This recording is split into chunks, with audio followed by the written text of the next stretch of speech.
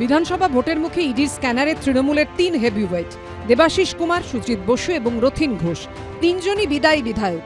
আবার এবারের বিধানসভা ভোটের প্রার্থীও।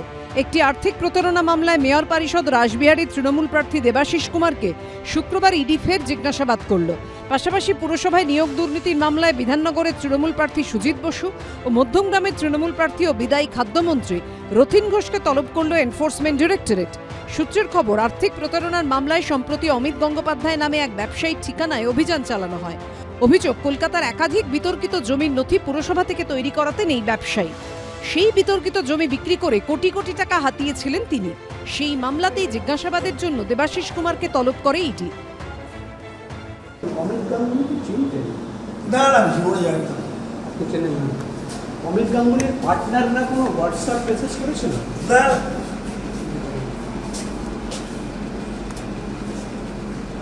কোনো কাজ করিয়ে দিয়েছিলেন বা এরকম কিছু? না। অন্যদিকে পুর নিয়োগ দুর্নীতি মামলায় বিধাননগরের তৃণমূল প্রার্থী সুজিত বসুকে তলব করেছে ইডি। পুরসভার নিয়োগ দুর্নীতি মামলায় সিবিআই যে চার্জশিট দিয়েছিল তার 11 নম্বর পাতায় দাবি করা হয় বেআইনিভাবে সবচেয়ে বেশি চাকরি দেওয়া হয়েছে দক্ষিণ দমদম পুরসভায়।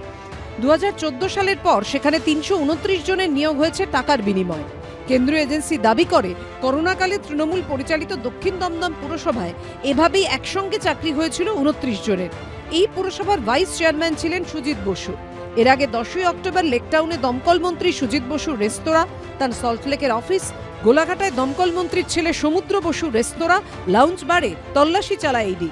সুজিত বসুর স্ত্রী, পুত্র, কন্যা ও জামাইকেও জিজ্ঞাসাবাদ করে এনফোর্সমেন্ট ডিরেক্টরেট। এবার ভোটের মুখে তৃণমূল প্রার্থী সুজিত বসুকে তলব করল ইডি।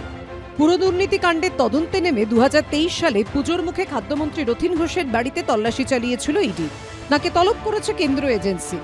যদি এরকম কোনো তদন্তের স্বার্থে কাউকে যদি তলব করা হয়, সেটা তো কোনো সংবিধান বিরোধী কিছু হচ্ছে বলে আমরা বলতে পারবো না। পশ্চিমবঙ্গের মানুষ জানেন কার অনুপ্রেরণায় গত 1.5 দশক ধরে পশ্চিমবঙ্গের মানুষের সমস্ত কিছু চুরি হয়েছে, লুট হয়েছে, প্রশাসনিক দুর্নীতি হয়েছে এবং এটা তৃণমূলের অনুপ্রেরণার পরম্পরায় হয়েছে।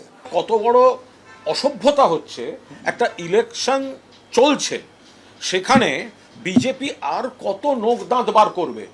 তোমাদের যদি কোনো তদন্তের থাকে এতদিন করে রাখোনি কেন?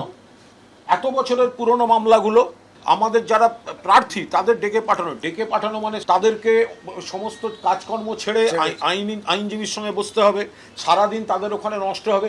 বিজেপি যে কতটা দেউলিয়া, কতটা ভয় পেয়েছে এই বিজেপির নেতাদের উপর, বিজেপির কোনো ভরসা নেই।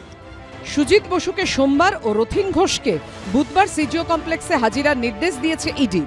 প্রকাশ সিনহা, উজ্জ্বল মুখোপাধ্যায় ও শিবাশিস মৌলিকের রিপোর্ট, এবিপি আনন্দ, কলকাতা। এবিপি আনন্দ, এগিয়ে থাকে, এগিয়ে রাখে।